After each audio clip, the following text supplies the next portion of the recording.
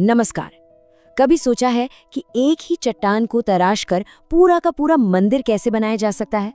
या फिर हजारों साल पुरानी कहानियां दीवारों पर कैसे आज भी जिंदा लगती हैं? चलिए, आज हम एक ऐसे ही 4 दिन के सफर पर निकलते हैं जो हमें भारत के 2 सबसे शानदार UNESCO world heritage sites Ajanta और एलोरा की गुफाओं तक ले जाएगा। देखिए, ये सिर्फ पत्थर की गुफाएं नहीं हैं, ये तो प्राचीन भारत की कला, धर्म और वास्तुकला की जीती जागती मिसालें हैं। ये वो कहानियां हैं जिन्हें चट्टानों में तराशा गया है और जो सदियों से हमें अपनी तरफ खींच रही हैं। तो इस सफर में हमारा रास्ता कैसा रहेगा? सबसे पहले हम इन गुफाओं के जादू को समझेंगे, फिर औरंगाबाद से अपनी यात्रा शुरू करेंगे और 4 दिनों के पूरे प्लान पर नजर डालेंगे। मैं कुछ जरूरी टिप्स भी दूंगा और आखिर में हम जानेंगे कि ये जगह हमेशा के लिए दिल में क्यों बस जाती है। चलिए, सबसे पहले इन दोनों जगहों के बारे में जानते हैं। आखिर अजंता और एलोरा में ऐसा क्या खास है जो इन्हें दुनिया भर में इतना मशहूर बनाता है? जरा सोचिए, एक ही सफर में 2 अलग-अलग दुनियाएं देखने को मिलती हैं। दोनों ही भारत के प्राचीन इतिहास के दरवाजे खोलती हैं, लेकिन एक जगह हमें रंगों की दुनिया में ले जाती है तो दूसरी मूर्तिकला और वास्तुकला के बेजोड़ नमूनों से हैरान कर देती है। हर शानदार सफर का एक शुरुआती पड़ाव होता है और हमारे इस ऐतिहासिक अभियान का बेस कैंप बनेगा औरंगाबाद शहर, जहां से हम इन गुफाओं के रहस्यों को खोजने के लिए निकलेंगे। औरंगाबाद पहुंचना बिल्कुल भी मुश्किल नहीं है।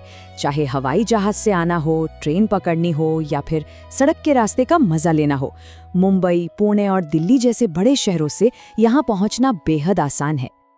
तो अब तैयार हो जाइए इस सफर के सबसे रोमांचक हिस्से के लिए। हम दिन ब दिन देखेंगे कि ये 4 दिन हमें इतिहास के गलियारों में कैसे ले जाएंगे। हमारा पहला दिन होगा औरंगाबाद की फिजा में रच बस जाने का। होटल में आराम करने के बाद हम चलेंगे दक्कन का ताज यानी बीबी का मकबरा देखने, जो हूबहू ताजमहल की याद दिलाता है।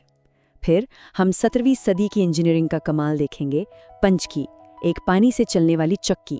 और शाम को स्थानीय बाजारों की रौनक में खो जाएंगे, जहां हिमरू और पैठनी की बुनाई आंखों को सुकून देती है। और हाँ, जब औरंगाबाद में हो तो महाराष्ट्र के स्थानीय खाने का स्वाद लेना तो बनता है। पूरन पोली, मिसल पाव और थाली पीठ जैसे पकवान इस यात्रा को और भी मजेदार बना देंगे। दूसरे दिन हम सुबह सुबह अजंता की रंगीन दुनिया में कदम रखेंगे।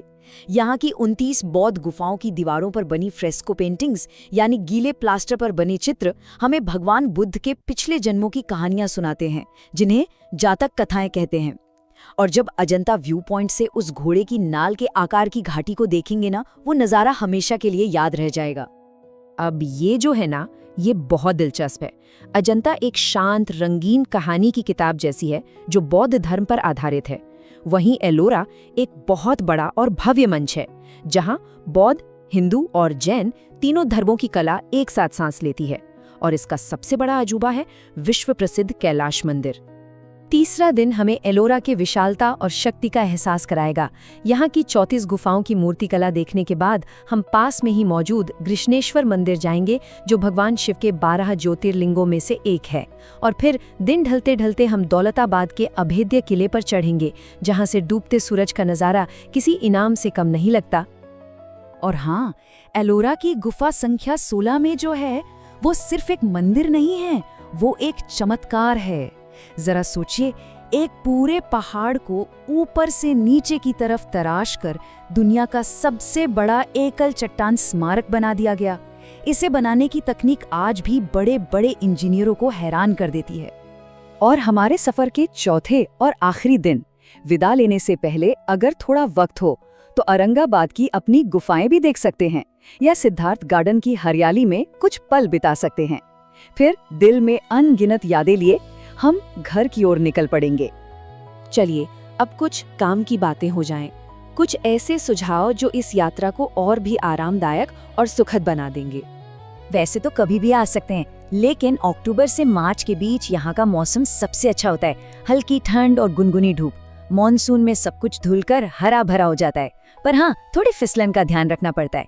और अगर गर्मियों में आ रहे हैं तो सुबह सुबह घूमना सबसे अच्छा रहता है। एक जिम्मेदार यात्री होने के नाते इन धरोहरों का सम्मान करना बहुत जरूरी है। हो सके तो एक लोकल गाइड कर लीजिए, वो ऐसी कहानियां सुनाएगा जो किताबों में नहीं मिलती। आरामदायक जूते और पानी की बोतल सबसे अच्छे दोस्त साबित होंगे। और हाँ, दीवारों या पेंटिंग्स को छूने या फ्लैश फोटोग्राफी से जरूर बचें, ताकि ये अनमोल कला आने वाली पीढ़ियों के लिए भी बची रहे। ये यात्रा सिर्फ आंखों के लिए नहीं, आत्मा के लिए भी है। अपने कैमरे में इतिहास के इन लम्हों को कैद करें, किसी शांत गुफा में बैठकर ध्यान की गहराइयों में उतरें, या फिर स्थानीय बाजारों से कला का कोई टुकड़ा अपने साथ घर ले जाएं। यहाँ हर पल एक नया अनुभव है। तो आखिर में सवाल यही है, क्यों जाएं अजंता एलोरा? इस पूरी यात्रा का निचोड़ क्या है? चलिए इसे समझते हैं।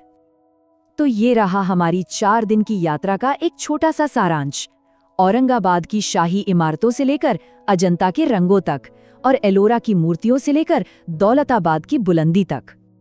और यही बात इस यात्रा को सिर्फ एक छुट्टी नहीं बनाती, बल्कि ये एक तीर्थ यात्रा बन जाती है। ये 1500 साल पुरानी कला, आस्था और इंसान के हुनर की कहानी से गुजरने जैसा है। एक ऐसा अनुभव जो यादों में हमेशा के लिए तराशा जाएगा। तो अब सवाल ये है, क्या इतिहास के इन पन्नों में खुद को खो देने के लिए कोई तैयार है? ये गुफाएं अपने मेहमानों का इंतजार कर रही हैं। अधिक जानकारी और अमेजिंग टूर पैकेज के लिए विजिट करें www.jullutrip.com। कॉल या व्हाट्सएप भी कर सकते हैं 888-170-5500 पर।